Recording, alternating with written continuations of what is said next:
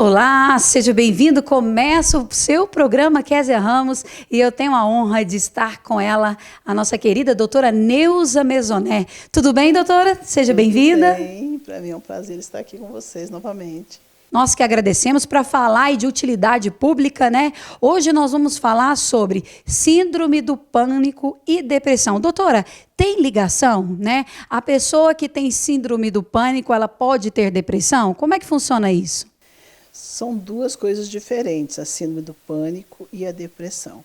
A síndrome do pânico é um transtorno de ansiedade generalizado. Então, a pessoa é um outro neurotransmissor envolvido. Não que não possa ter as duas coisas, mas os diagnósticos são diferentes. A síndrome do pânico é um transtorno de ansiedade. Então a pessoa fica muito ansiosa. E o neurotransmissor envolvido já é o GABA, então são neurotransmissores GABAérgicos. Então a pessoa perde o sono, ela fica ansiosa, irritada, ela tem medo, é um medo infundado, tanto que é pânico, né? O pânico é um medo infundado. Então a pessoa fica com tanto medo que ela acaba somatizando isso para o corpo. Então, quais são os sintomas da síndrome do pânico ou do transtorno de ansiedade generalizada? Ela tem taquicardia, o coração acelera, a impressão que ela tem é que ela vai ter um problema cardíaco, tanto que as pessoas vão para as emergências cardíacas, né, das emergências dos hospitais, achando que está tendo um infarto, porque o coração acelera tanto que vai sair pela boca, daí vai dar aquela falta de ar, a pessoa entra em desespero. Então, e vai lá, faz exame de coração, faz um check-up geral da parte cardiológica, não é nada, é só naquele momento daquela crise ela tem esses sintomas. Então, esses sintomas, com o tempo, pode desencadear até um prolapso da válvula mitral. O que é isso? A válvula do coração, porque o coração acelera demais, ela em vez de o sangue descer, o sangue sobe. Então, ele dá como se fosse aquela sensação de sufocamento. E o tratamento é diferente. O tratamento da síndrome de pânico é diferente do tratamento da depressão. Às vezes, também pode acontecer de uma pessoa ficar com tanta síndrome de pânico que ela não dorme, como ela não dorme, ela aumenta muito o cortisol, pelo estresse que desencadeia, ela aumenta o cortisol, que não deixa ela dormir, e com isso ela pode, com o tempo, desenvolver uma depressão.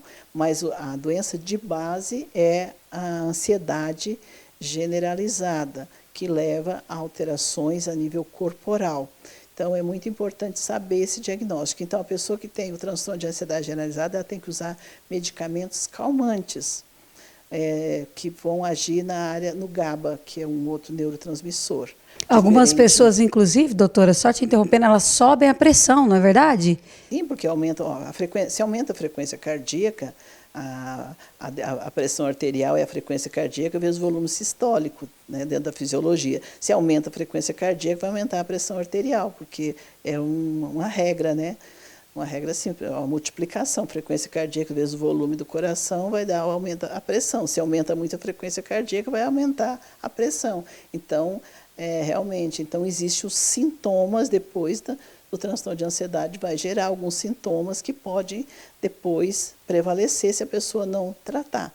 Então, é a somatização de uma doença emocional no corpo. Doutora, por que a síndrome do pânico ela ataca mais ao final do dia? Existem os horários, os neurotransmissores têm os horários de, digamos assim, de pico. Então, tanto a serotonina, quanto a dopamina, quanto o GABA, o horário mais prevalente é próximo do meio-dia. Então, geralmente, as pessoas que vão ter um sintoma é perto do meio-dia, no final da tarde, quando está escurecendo. Então, vai aquela melancolia, aquela tristeza, então, no final da tarde. Então, tem os horários, então tem a explicação. Então, quando a gente usa a medicação, geralmente eu uso entre 10 e 11 da manhã e faço outra dose entre 4 e 5 horas da tarde, para que ela não tenha esses picos. Então, doses pequenas de suplementos ou medicamentos GABAérgicos, no caso a gente usa só suplementos mesmo que têm ação GABAérgica para não usar uma medicação com a dose tão alta e para a pessoa não ficar incapacitada, não ficar sonolenta, porque os medicamentos GABAérgicos dão uma sonolência. Então a pessoa fica às vezes ela nem quer tratar, porque às vezes não, eu fico incapacitada para o trabalho. Então, existem tratamentos alternativos que ajudam ela a repor esses neurotransmissores. E lembrando, né, doutora, que existe tratamento, né? Ela pode, sim, voltar até a vida normal como ela tinha, né?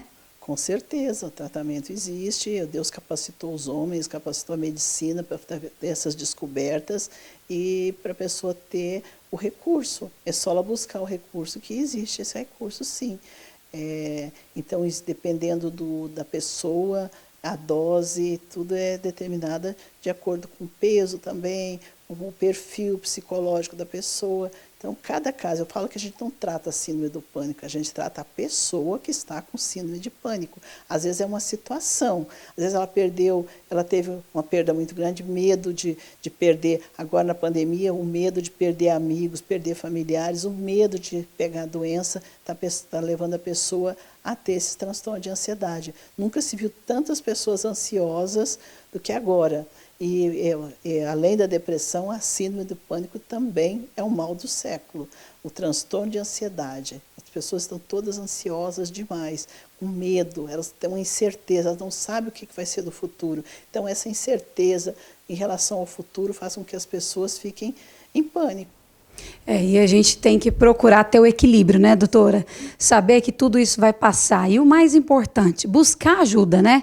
Quanto mais cedo, mais eficaz é o tratamento, né? Com certeza, a pessoa tem que saber, ela tem que entender que ela está passando por um processo e que ela precisa de ajuda. E quanto mais cedo, tá, menos necessidade de um medicamento forte ela vai precisar. Então, ela tem que estar consciente de que ela precisa de ajuda. Verdade. Doutora, muito obrigada pela sua participação no programa. Como sempre, é de uma grande utilidade para a gente. É uma honra estar com vocês novamente. Nós que agradecendo. Lembrando você, olha só, assim como a gente quebra o pé, precisa de andar ali com gesso, às vezes até com muleta, não vai ser para a vida toda. Então, busque a ajuda para você voltar a correr, voltar a ser feliz e tem saída. Tem saída sim para você. A gente vai para um pequeno intervalo, já tem muito mais. E é claro, você não perde por esperar.